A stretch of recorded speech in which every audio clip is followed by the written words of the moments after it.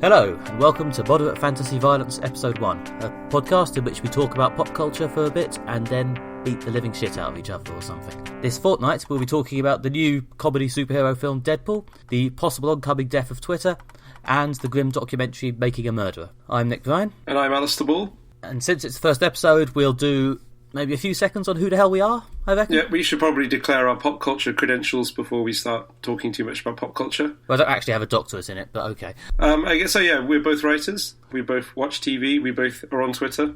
Yeah, those are definitely professional qualifications, yeah. I used to blog about pop culture for The Digital Fix and Dorkador and some other sites, but mostly those two. I've wanted to get back to it for a while. I've wanted to do a podcast for a while, so this is me killing two goblins with one energy bolt or something. I run the website Nimbus Space, which is a pop culture blog mainly focused on science fiction and fantasy, but pretty much cover anything that I'm interested in. I've always been a big fan of cinema, TV, books, and I've always been a fan of expressing my opinions. Okay, now that we know who we are, let's get into our first bit of red-hot meaty content. Our first ever film review, in fact our first ever bit of content as a whole, is Deadpool, a film that definitely contains fantasy violence, but it's not all that moderate. This is the new superhero film, the first of many in 2016. It's from the Fox X-Men end of the superhero factory, and features Deadpool, a Marvel character whose shtick is that he's a mercenary who gets cancer, undergoes experimental treatment, and it gives him a massive healing factor that cures the cancer, but also turns him into a heavily disfigured, wisecracking cartoon character who jumps around, makes meta references, and generally acts like a sort of, as everyone says, a superhero version of Bugs Bunny. So, yep, his new film, featuring Ryan Reynolds, has been years in the making since his original appearance in X-Men Origins Wolverine. I'm very much team comics on this podcast, so I did scour my mental comics collection for a good, interesting fact or something, and the best I've got is that Deadpool is probably the most successful character to be introduced by Marvel since, if not their 60s heyday, then certainly in a few decades. So Deadpool's not a Stan Lee character? No, Deadpool's not a Stan Lee character. Deadpool was introduced in the 90s by, I think, the writer Fabian Nicieza and the artist Rob Liefeld as a sort of grim, slightly witty assassin, and he was sort of refined into this wisecracking pathos man by another guy, Joe Kelly, a few years later.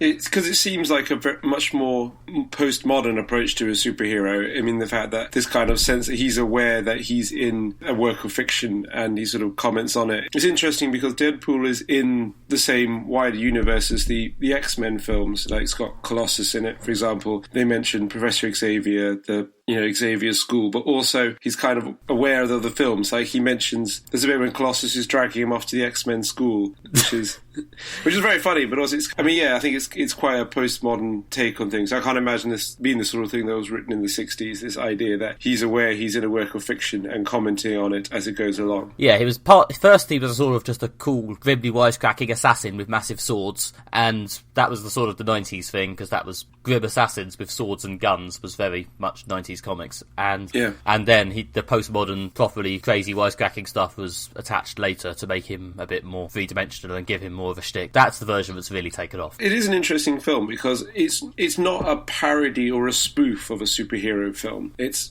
got enough genuine sort of action, good guys, bad guys, struggles to overcome adversity to make it actually an entertaining action movie. So it's not. I was just thinking, it's not like, say, Austin Powers, which is obviously a spoof of James Bond. The spy plot of Austin Powers isn't really interesting enough to hold your attention. What gets you through Austin Powers is the humour that's sort of playing with the tropes and the conventions of James Bond films. But without that, there isn't really much of a film there. But Deadpool, although he's very aware of the tropes and conventions of superhero movies and does play around with those a lot, it's not a straight parody. It's an action movie in its own right, as well as being a meta commentary on superhero movies. I don't know, I think some people would have liked it to have been a bit more of a parody or a skewering of superhero films than it actually ended up being. But I think what it's ended up being is, just a moderately straight-structured superhero film with a few good jokes in it. Is what it is that sort of faithful to the Deadpool comics? I mean, because the comics themselves, I assume, aren't written as spoofs of superhero movies. They're written as, like this, more of a meta-commentary in that they are superhero films or superhero comics in their own right. As I say, Deadpool is one of the more successful characters to come out of Marvel in a while, and as is Marvel's want, that means there's absolutely loads of Deadpool comics, like tons. He's had at least 2 comics a month for about about the last 5 years, and often more. So usually his main series, his main sort of narrative is similar to the film,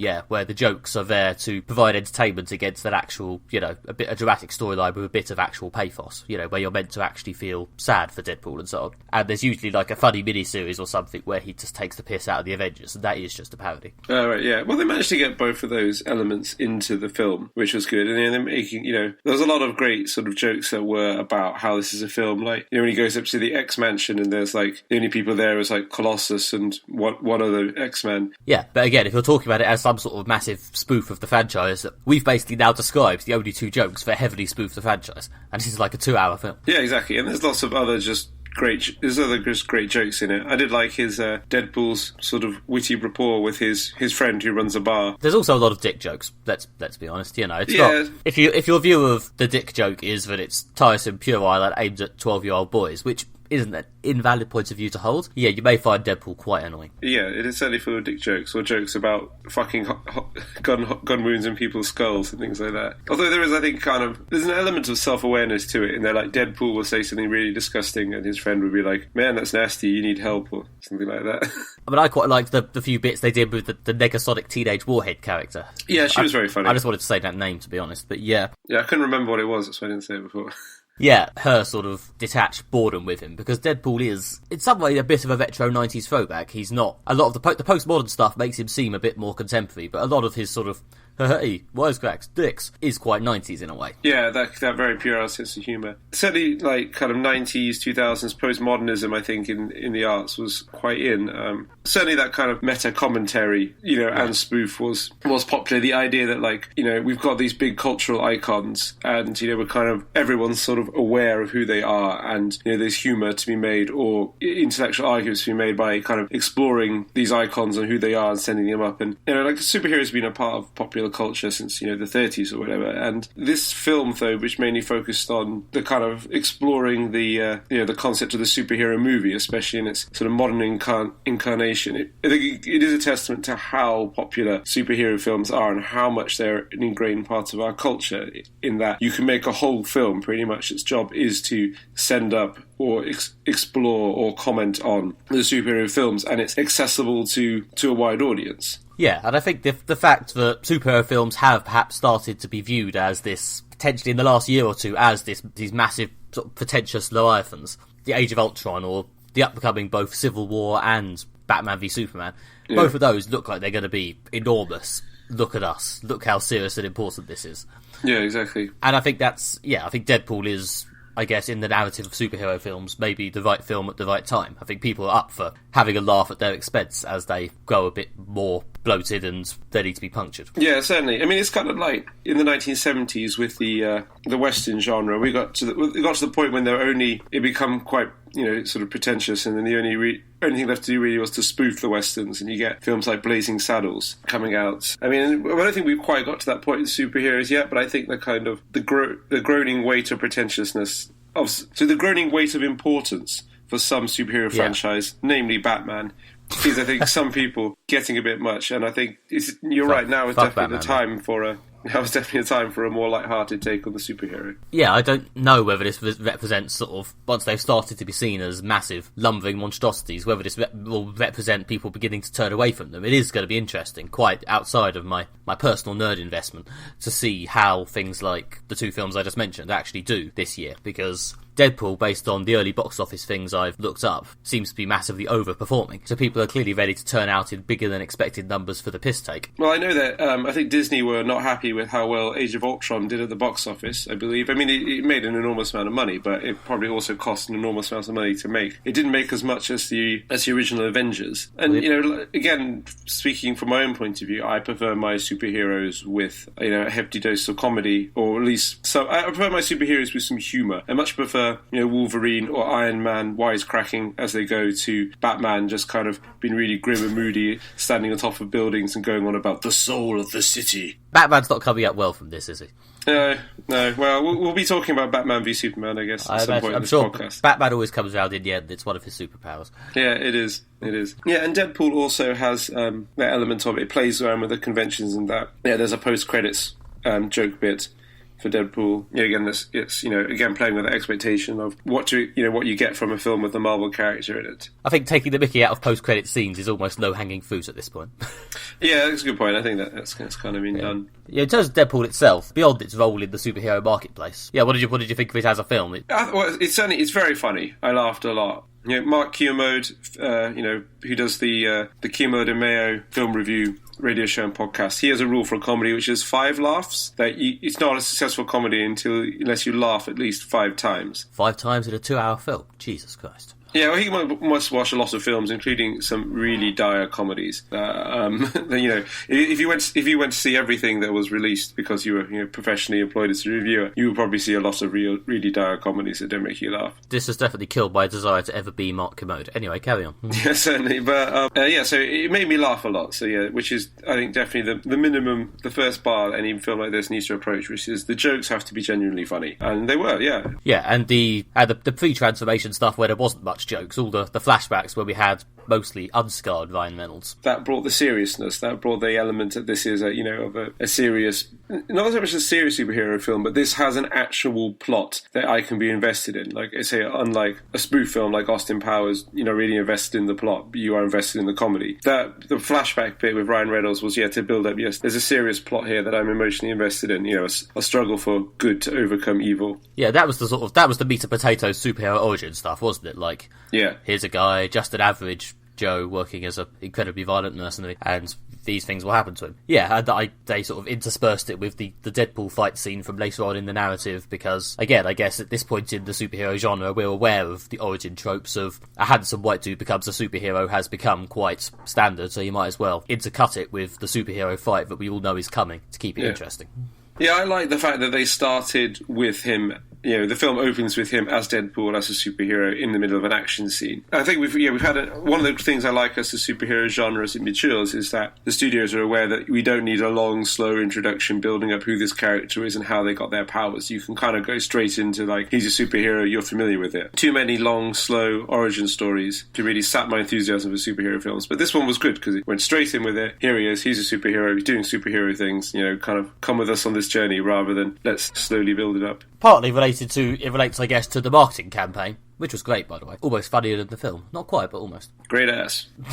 which did focus very heavily on, hey, it's Deadpool, he's funny and subversive. So, yeah, I can see the appeal of then going, right, here's the film, and look, right away, there's Deadpool, rather than here's 45 minutes to an hour of sad Ryan Reynolds before Deadpool actually appears. Yeah, which would not have been very fun, to be honest. Sad Ryan Reynolds had his moments still. I'm glad it was in the middle rather than at the beginning, I think. We starting with action, superhero action is a good way to go about it. Yeah, I mean, I'm pretty sure you could have bent it around, like, Ryan Reynolds was, or Wade Wilson even, was already working as a mercenary before he became Deadpool, so you could have just had an action sequence where Wade Wilson assassinates someone or something. But I'm happy with the way they went, to be honest. Yeah, no, that was good. It was good. Yeah, and it had some good characters. Like the villain was suitably scary and stuff. It's nice to see Morena Baccarin getting more work. She's a very good actress. Of Firefly and Stargate fame. So nice to see her moving over to the big screen. She seems to be working quite a lot in genre stuff and therefore, by extension, in comic book stuff, just because the two seem to be sort of embarked on a long, slow merge. So yeah, she's playing the love interest in Gotham at the moment, and again playing the love interest here. To be honest, I mean, the character had a nice bit of spark. She got a lot of good lines, but she did still get kind of damsel in distress at the end there. She wasn't a particularly three-dimensional character, I must say. That she was... Almost all characters in Deadpool, because it's a meta-commentary, are just devices for moving the plot forward. The villain also isn't particularly well developed. I would say she is... Although she does get some good lines and does deliver a good performance, she is not a particularly complex character and exists to get damseled at the end so that the kind of superheroes can team up and fight the villain. Well, yeah, in the case of both Morena Baccarin and Ed Skrein as the villain, I thought they both did actually really good work bringing a bit of presence to those parts that were, as you say, ultimately kind of thin, but still. They were the serious parts of the film, the bits you had to, again, be emotionally invested in. You had to believe in Deadpool's relationship with his girlfriend, and you had to believe in his hatred of the villain. And they played their characters like pretty much, pretty straightforward. Well, yeah, because there has to be the pathos, there has to be the seriousness, because looping back round to the comics, when there's no pathos and no seriousness and no sign that Deadpool himself actually cares about anything beyond the lols, then that's when you get slightly rubbish Deadpool comics.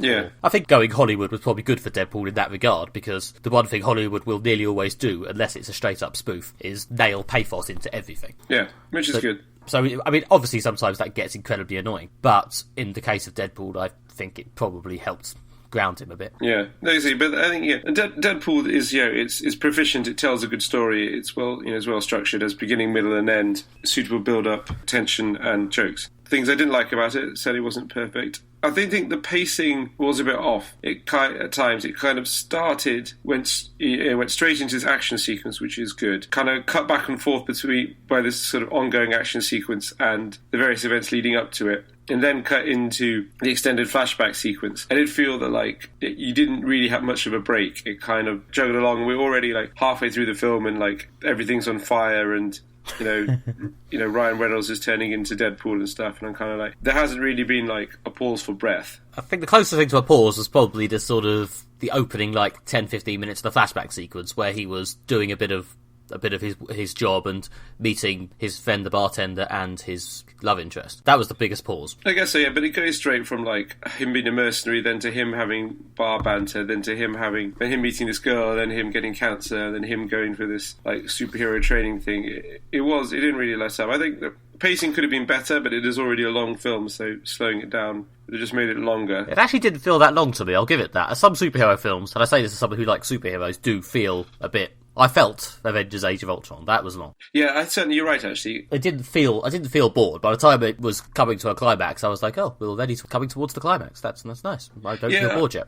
I felt that as well, actually. As I realised it was a 2-hour film, when we were getting towards the climax, I was like, this doesn't feel like I've sat through an hour and a half of film. So it is certainly well paced in that regard. I felt it does kind of lurch around a bit at the beginning. I mean, I did like the violence and the humour from the violence of him, kind of getting beaten up and twisted into various different shapes. And, and also twisting villains up into various different shapes. It was funny. On some level, I did felt there was a point when I kind of stopped caring about him being hurt, because he'd been shot at, stabbed, beaten up so many times. It was kind of Deadpool is pretty much invulnerable, it looks like. Yeah, I think that's been part of his sort of meta-commentary stick. Well, more his sort of bouncy Bugs Bunny character stick. Because he can't be effectively hurt, they can do, Looney Tunes level violence to him without fear of we'll have to actually deal with this next issue. Because next issue, if we chopped off his leg for a cheap laugh last issue, whatever, he's growing it back. Yeah, which they did address in the film, but there was an element of so the tension is kind of gone by the fact that he basically can't be killed and nothing particularly bad can happen to him. So when he's fighting the main villain, you do kind of feel like... You're meant to care whether Miranda Bakarin dies, I think. I think so, yeah. But, there's such a thing as having a superhero who's too powerful and stuff. But, yeah, Ryan Reynolds himself has been waiting to do this for literally years, and, yeah, he seemed pretty into it. He certainly atoned for Green Lantern. And his previous attempt to be Deadpool, yeah. I think the film was very much all about him, to an extent. It's... Well, to a massive extent. It's the Deadpool film, it's the Ryan Reynolds film, he's in your face all the time, jabbering. Yeah, exactly. And he's good at it, yeah. And if it's a film that's basically sold on the charisma of one actor playing that character, then Ryan Reynolds nailed that character, and the writers really nailed that character. So that was good, yeah. Considering he did most of it behind either a mask or, massive disfigurement prosthetics. Yeah, which is no easy feat. So yeah, Deadpool gets four swinging katanas out of 5. Yeah, I think that's where a lot of critics have fallen, I think. It's about 3.5, 4 stars, good film, was entertained. With the exception of people who were really, really annoyed by the dick jokes and felt it was a film for 12-year-old boys. They didn't like it as much. I don't know, there's certainly a lot to entertain the average 12-year-old boy, I'll put it that way. But I wasn't unentertained. But then again, I'm partial to the odd dick joke. Well, yeah, I think one thing that puts some people against Deadpool in terms of audience, he's a very popular character with the lols-loving 4chan white male who's got a bit of a bad PR rap lately. Because of his sort of OTT prankster, I don't give a shit about nothing thing. Yeah. There are a lot of Deadpool comics, in my opinion, a lot of slightly bad to mediocre Deadpool comics, which are just him being a wacky prankster and ripping out the piss out of stuff or killing it with a big sword for the lols. It's sold him to a certain audience, and therefore, like some things sometimes do, the character as a whole has suffered for his association with that audience. Yeah, this worked as a film. There were lots of pitfalls to fall into, and I think I managed to successfully navigate them. Again, I would not recommend this film if you're adverse to kind of basically 2 hours of dick jokes and some extreme violence. But if you like those things and you like superheroes and you like laughing at superheroes, then yeah, I'd see it. Go see it. Yep. 2 mutilated thumbs up.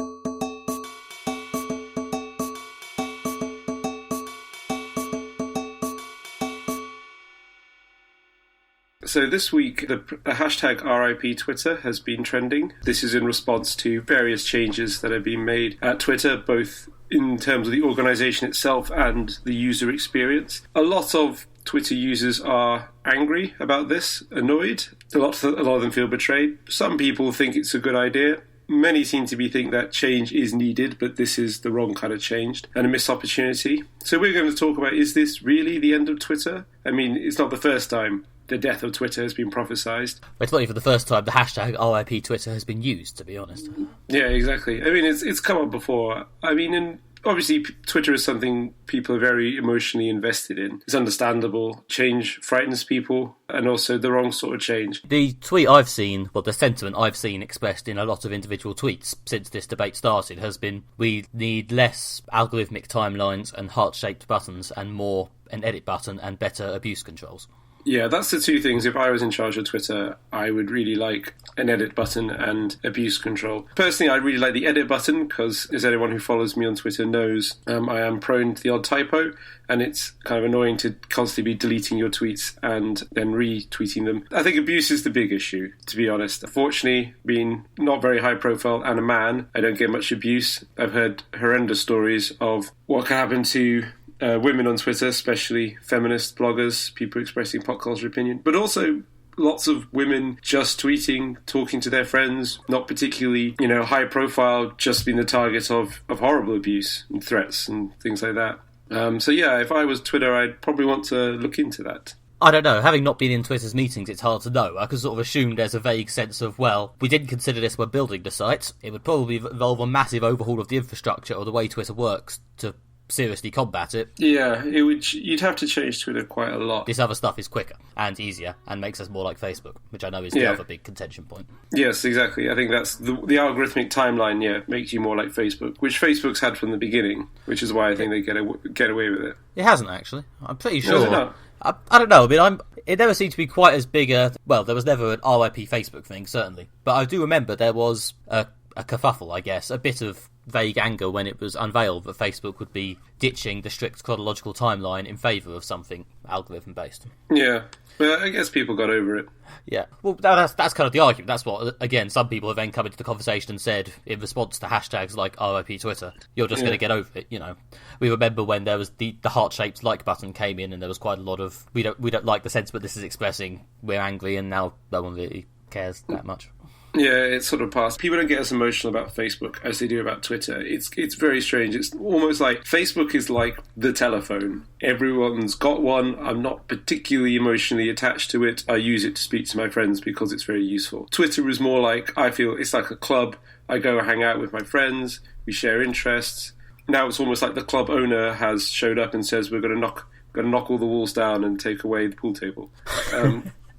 Well, I mean, the main change, the one that this is actually a response to, I forget who actually said, is the algorithmic timeline thing. The idea that when you first log into Twitter, you'll now, if you don't turn this setting off, and it will be set as on by default, you'll get shown what Twitter dubbed the highlights of Twitter in the last however long, probably since you last logged in, I guess. Which I'm worried is just going to be celebrities, or at least people with big Twitter followings. And I'm going to, friends are just going to vanish in this sort of torrent of kind of Stephen Fry, Russell Brand, fundamentalism, and then which is fair enough. I mean, but if I want to read the witty opinions of celebrities, I can buy a newspaper. I think a lot of what people are angry about is that this does go against what initially attracted them to Twitter, which is partly the exclusive club nature of it, but is also the idea that anyone could succeed, the idea that the hero could be you. Or something. You just have to be funny or clever enough or, good enough for, phone photographer or whatever, and you can have a platform. And there are people who've, taken off from Twitter. Was it Sixth Form Poet?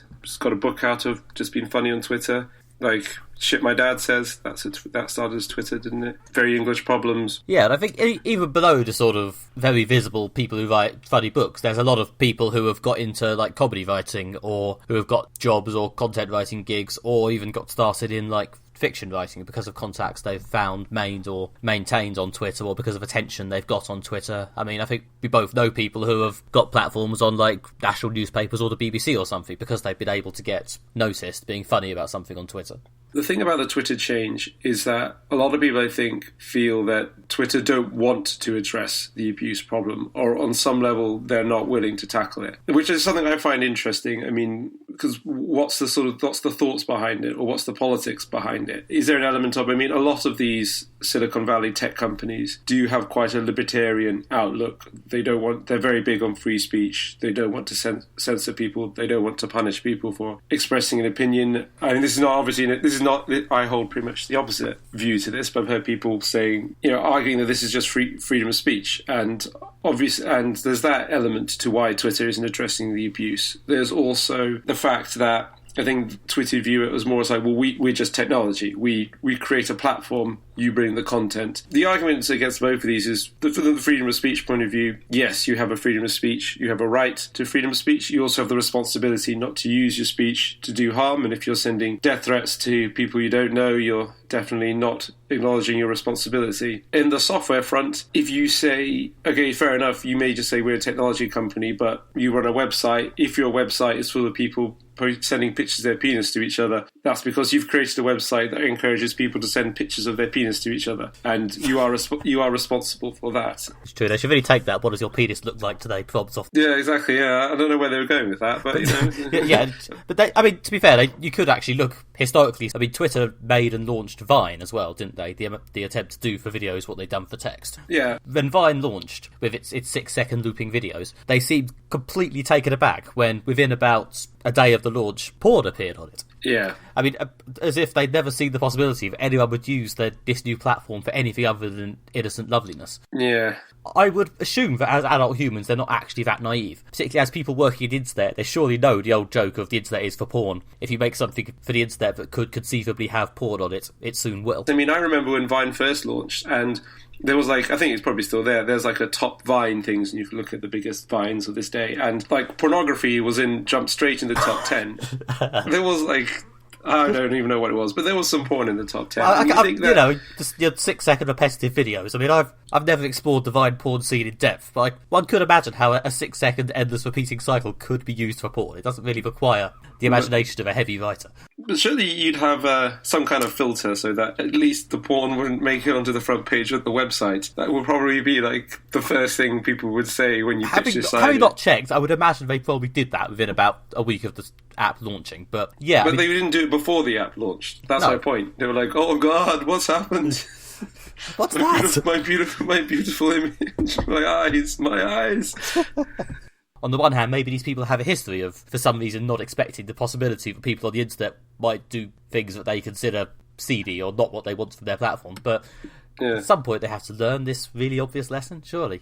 No one's that stupid. So there is, at this point, you have to assume there's an element of burying their head in the sand. Or, if you want to get super cynical, and, why not? Why not? They want to show that people are using the sites. They have I don't want to say responsibility, because that's horrible, but, an obligation, I guess, a feeling that they should show their shareholders people are using the sites. Maybe there's a worry that if they stop people using the site to send messages saying, I hope you die in a bin, then their usage stats will plummet. Twitter is a business that makes money through selling advertising, I assume. They're selling advertising on Twitter. I guess that's their main source of income. They've got 300 million users. The number is not growing, I know, as fast as they'd like it to. The number of users engaging has dropped. People are spending less time on Twitter. Which means they're serving less adverts. They're making less money. And the last thing they want right now is for Gamergate to storm out. I mean, I personally would... Twitter being, as I view it, my own private little club with my friends, I would very much like it if the Gamergate arseholes and sad puppies, libertarians and various members of the Christian and conservative right would just fuck off. But I'm pretty sure Twitter takes a more monetarily focused view of who should fuck off, if that makes sense.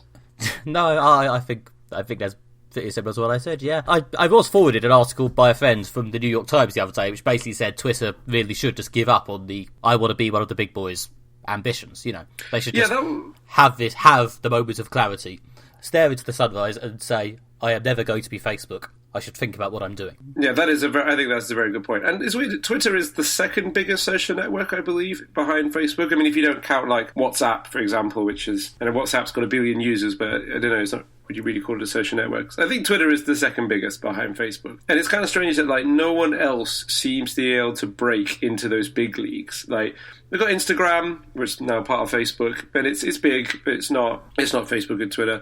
Snapchat appeals to young people. Snapchat, Yak Yak, appeals to young people. Yeah, again, I think we're talking about our generation and our...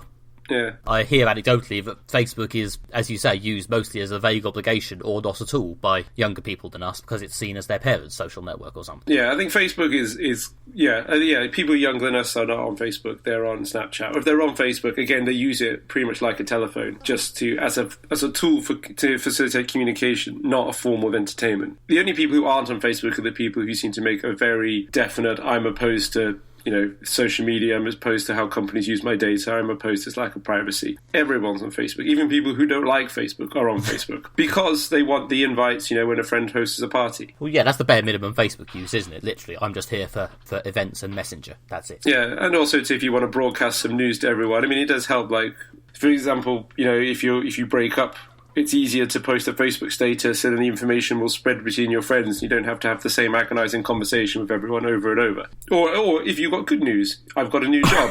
It could happen, you never know. But exactly, something positive might happen one day. Who knows? I think there is a border with the Twitter-Facebook dichotomy, even among sort of our generation and our demographic and people we sort of know in inverted commas Twitter sense. Because when, like, Google Plus started, or when LO started, there was definitely something new in the social network sphere. We want it. We want something new. Oh no, yeah. It's just like the existing thing, not as good. Fine, we'll fuck off back. They do need to do something about abuse, but I was reading some articles, and obviously these are from people who are professional writers who probably received a lot more abuse than me, but they were very much like, basically, we need to be able to stop people talking to strangers. And I'm not convinced that's the way forward, because Twitter is an information sharing network. Facebook is like a friends engagement network. If you turn Twitter into a friends engagement network by basically making it you're unable to communicate with people you don't know, then it'll become a shit version of Facebook. Yeah. As someone who loves to tweet along to Question Time or Sunday Politics or things like that, then what I quite like is being able to talk to complete strangers. I mean, you get a certain amount of abuse. There's usually some, UKIPper on there who wants to tell you everything that's wrong about your opinions. But I guess I come from a position of privilege in the fact that people aren't screaming death threats and rape threats at me. But I like the kind of the engagement with strangers aspect. But I can imagine why a lot of people really don't. I mean, ultimately, people who want to find opinions about a certain thing from strangers, whether it's like mainstream media producers or angry people who just want to yell at them, the search tool's not going anywhere as far as I know. Yeah. So it's not as if the hardcore user can't just turn off the algorithm, or the hardcore massive arsehole can't just use the search to find people to shout at. Yeah. There is the argument that ultimately it might not change that much. Yeah, that's why I think people are arguing that you need to make a big change, such as if I reply to one of Stephen Fry's tweets, Stephen Fry will not even receive notification and has no way of really seeing that unless he goes into a specific bit on his Twitter app, which is basically here's the area where people you don't know are saying things to you. This will probably contain a lot of abuse. Here's the pigsty. Well, then I hear via sort of exciting rumours that people who have a magical blue tick have another notifications option where they can only see notifications from other blue ticks. Yeah. Like the proper, hardcore, privileged special people club. Yeah, one day I'll have a blue tick.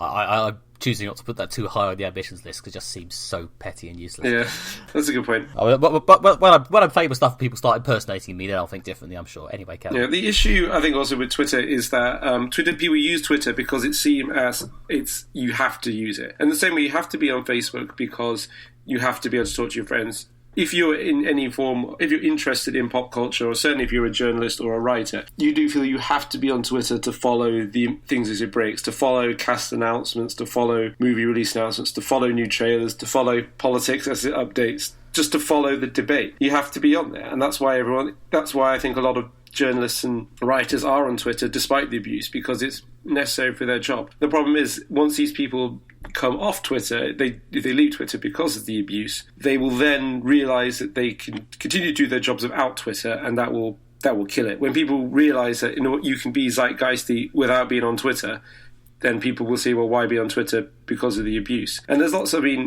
I like getting Twitter for the articles, to keep up with the journalists I like in their articles. But since I've discovered Nuzzle, which kind of aggregates the best stuff, Nuzzle's a brilliant way just to get the content on Twitter without having to deal with Twitter, basically. So what you're saying is you're actually entirely in favour of #RIP Twitter because you think aggregation of good stuff is good. I like aggregation. I like the system which I have now, which is that I don't want them to put this timeline. I don't want them to put an algorithm. But if Twitter actually basically introduced a Nuzzle tab, they don't need to introduce a popular articles tab using a similar algorithm to Nuzzle. Would you just use that instead of Nuzzle? Yeah, I think I would. But I'm happy with the situation as it is right now, in the fact that I like my Twitter to be real-time, unedited, and I've got a separate app, Nuzzle, which aggregates content. I like it the way it is. If I ran Twitter, I would not make this change, and I wouldn't necessarily introduce a Nuzzle app because a perfectly good one already exists. I'd tackle abuse. And the edit button. Definitely the edit button. Okay.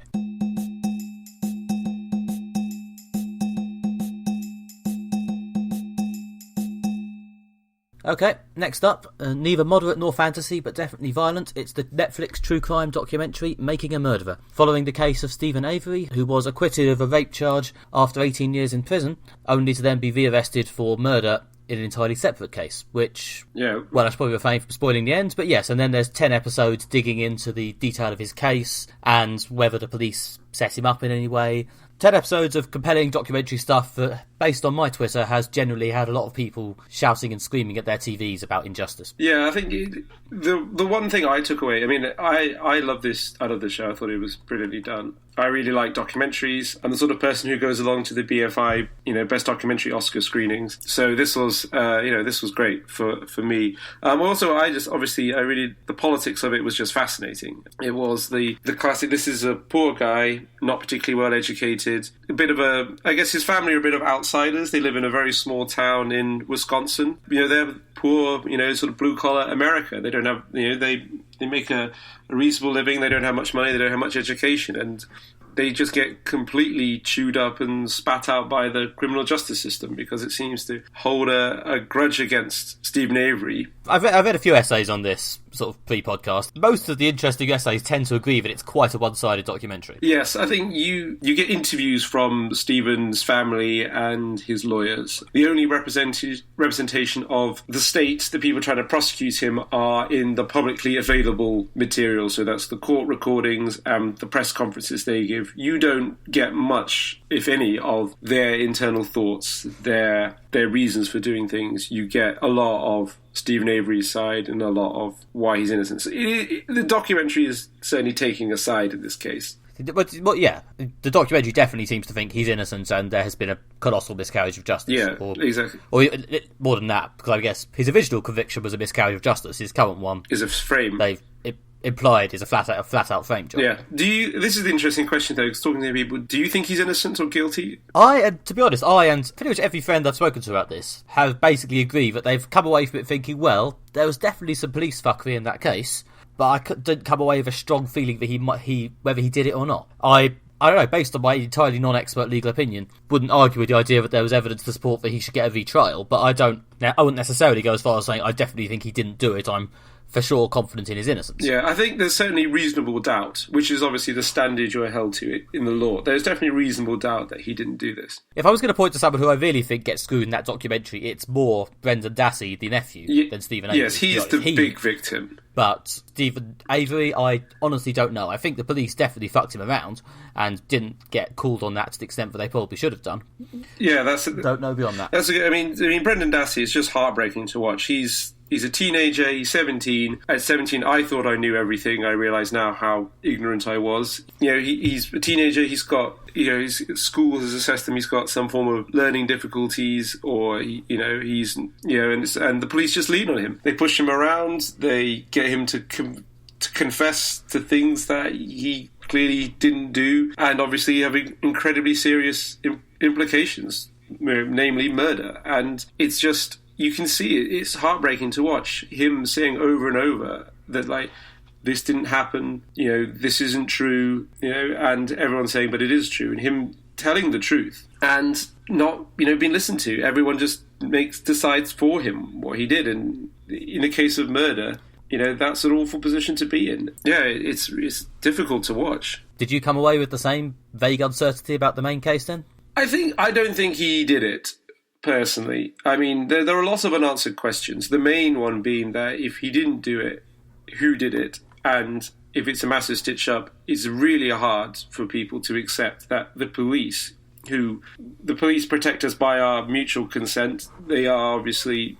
We'd like to think we can all rely on the police. When, with a victim of crime, it's difficult to accept that the police would do something this horrendous, frame someone for murder. I mean, we're implying that they either discovered a murder and decided that rather to prosecute the murder or to pursue the murder, they'd use it to get something else that they want and allow someone... I mean, it's something I'd have liked the TV show to go into more detail on. I guess there's a limit which they couldn't. Well, yeah, that's the thing. I mean, it's ultimate. I mean, maybe that's why, even though everyone agrees it's quite a one-sided documentary and clearly believes heavily in his innocence, a lot of people have still come away not that sure whether he's guilty or innocent, because although the TV show seems pretty sure he didn't do it, it doesn't really present a compelling alternative narrative. No, exactly. And one of the reasons why in the case there, for example, the judge rules they can't accuse anyone else as a defence, so they can only basically discredit the evidence pointing towards Stephen Avery, which they do a good job of. And also, it is kind of they leave this in the air, this suspicion that basically some members of the police have framed him. But it's one of those things you can throw out a suspicion of something like that, but it's a difficult thing for people to accept, and it's something that that remains an unanswered question over the whole Stephen Avery situation. To lead back towards genre fiction, police do that sort of thing in, fictional crime shows all the damn time. Yeah. I mean, I'm pretty sure in a recent episode of Luther obnoxiously framed someone up. But it's okay, because we were looking at it from the omnipresent narrative position, and we know that person deserved to get screwed over, even if they didn't do the specific thing that he framed them for. Exactly. That's the thing about television, when you have... Even a show that is very... that plays with morality, that has a complex moral outlook, that is subtle, like Luther. It does still boil down to Luther is the hero. He is at his core good, and the people he is trying to apprehend are at their core bad. It is white hats, black hats. It's a Western. But more than that, if the Stephen Avery case was fictional and we had a genuine, omnipresent view of it. Yeah. And therefore we knew that Stephen Avery entirely hypothetically did it, and the police were just gently greasing the wheels of justice along, would we care? Would it be this controversial?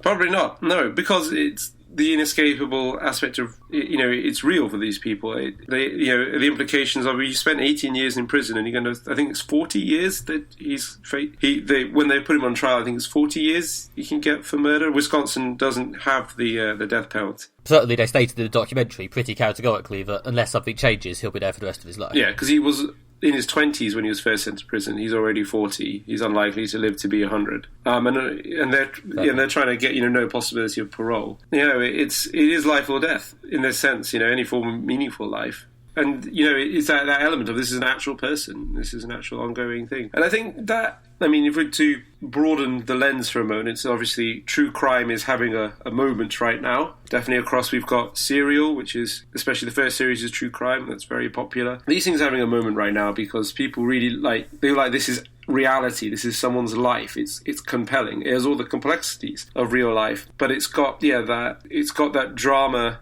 fiction, I guess, doesn't satisfy in some ways. Yeah, but then when you start to talk about the ruination of people's real lives feeding an appetite in the pop culture, then that starts to sound like the whole thing is just faintly depressing. Yeah, which is... And not just because that bloke's gone to prison, but because, ruination of lives for the entertainment of the masses. It's dangerously close to, like Roman gladiators in this essence. We're watching two people... I wasn't going to go quite that far. I don't see the nets of the tridents quite... Well, no, yeah, but you could argue that, basically we are, for our sport, our entertainment.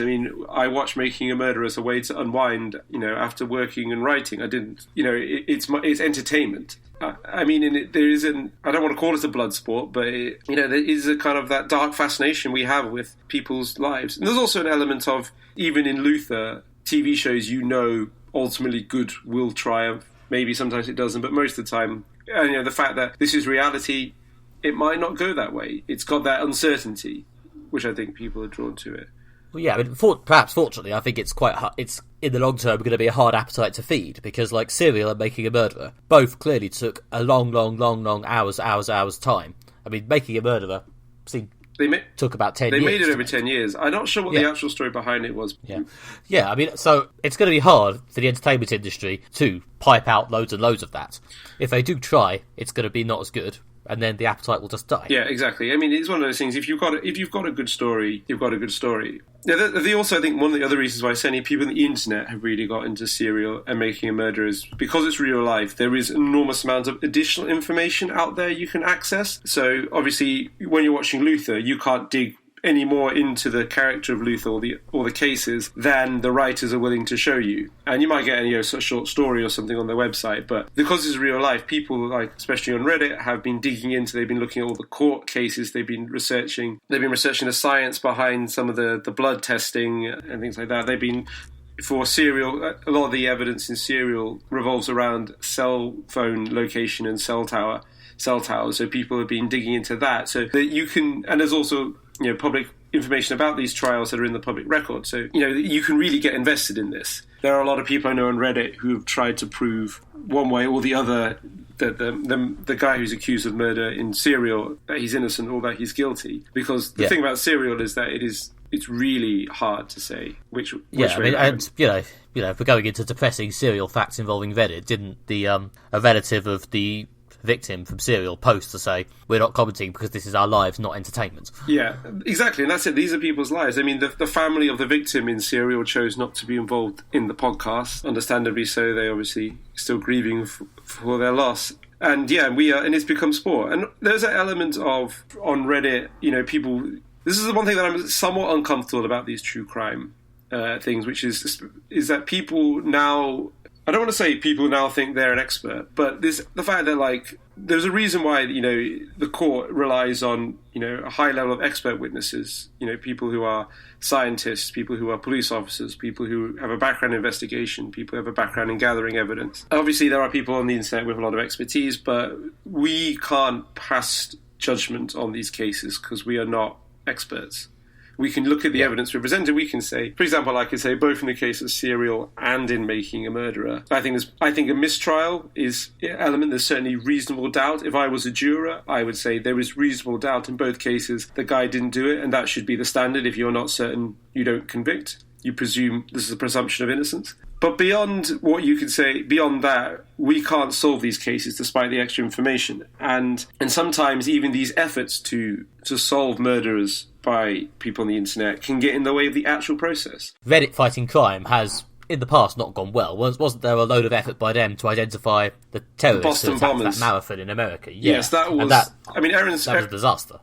After the Boston Marathon bombing, people on Reddit tried to solve the case, and they basically jumped to a lot of suspicions, mainly linked to Muslims, and created a lot of noise that got in the way of the actual investigation. Police officers had to release information about the suspects they were pursuing before they were ready, in order to protect the lives of innocent people Reddit was accusing. That obviously could have contributed to the actual criminals escaping. Yeah, there is a degree which we have to let the professionals do their job. Because if we're going to be protected by the police, we have to let them do their job, which is difficult if they may have framed someone for murder.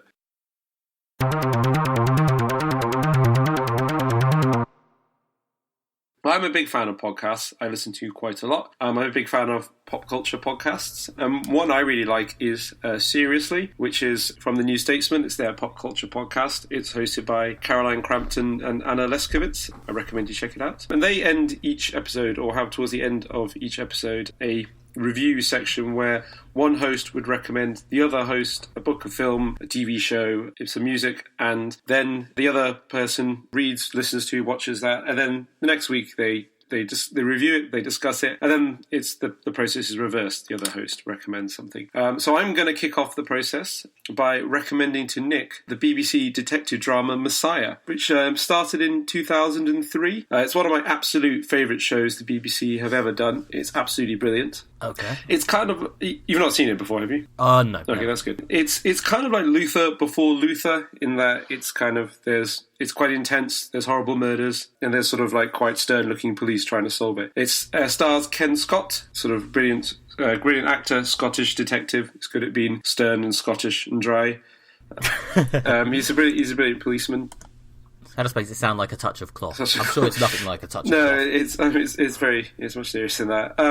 They did 4 series. They did 4 really good series, and then 1 awful series when they replaced Ken Scott with Mark Warren. So they did 4 series. Oh, okay. We choose to remember 4 series. But they're more like films, in fact, because each series is 2-hour-long episodes, 1 story. So like the series of Luther are. You get 2-hour-long episodes, 1 story. And so they did 4 of these.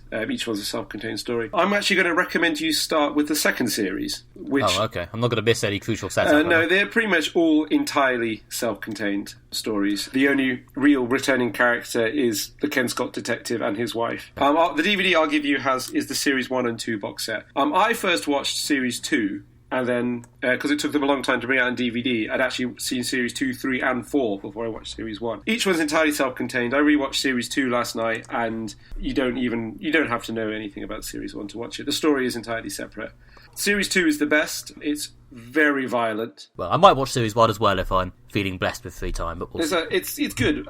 I'd recommend starting with Series 2, partly because the tone and the kind of intensity of the violence will be fresh to you if you go in with Series 2 rather than Series 1. Right. Each series is given a name. It's Messiah 2, Vengeance is Mine, and there is a lot of vengeance. The tone is angry and religious. Yeah, it is. Okay. If you want to sum up Messiah, it is angry and religious. I'll probably watch it anyway, but it's good to know I've already summed it up. Yeah, it is very good. Yeah, I absolutely love it. So yeah, I've recommended I've recommended you Messiah 2, Vengeance is Mine. Okay, I too would listen to a lot of podcasts. So I've heard this feature on, I think, a few of them. I listened to Cinematic Universe, which does something similar. I used to listen to Dork Avengers, which is pretty obscure, but they used to do it as well.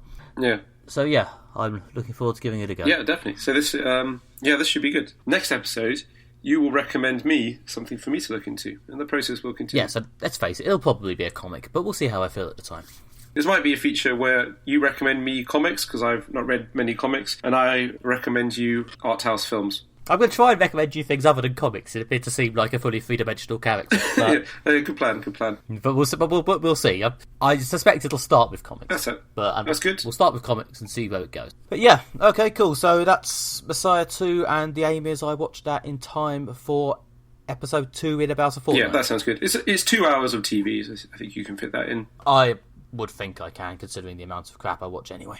So that was episode 1 of Moderate Fantasy Violence. Thank you for listening. Hopefully episode 2 will be with you in about 2 weeks, depending on how much hard work the editing process turns out to be. If you want more material from us, I'm on Twitter as @NickMB, and I also have a website at nickbryan.com where you can read more of my reviews on pop culture, and if you really want, read my self-published crime books. I can be found on Twitter at Alistair J.R. Ball. My website is nimbusspace.co.uk. We also run a politics blog called Red Train Blog at blogs.blogspot.com. Yep, and the goal is ultimately to have a website for this podcast as well. Yes, you can follow this podcast on Twitter as well. It's MFV Podcast. Yeah, and there'll be information going up there. We'll tweet links to various articles or things we've discussed, TV shows we like, things like that. Yep, and hopefully we'll be able to, by the time this goes up, or not long after, hopefully you'll be able to subscribe to us on iTunes and all the usual podcasty things. Right, okay, so yes, thank you for listening. Hopefully see you in about a fortnight for my opinions on Messiah and our communal opinions on whatever's happened in the interim. I gather Better Call Saul is coming back, so that may happen. That'd be brilliant, yeah. So, yep, cool, thank you for listening. See you soon. Bye.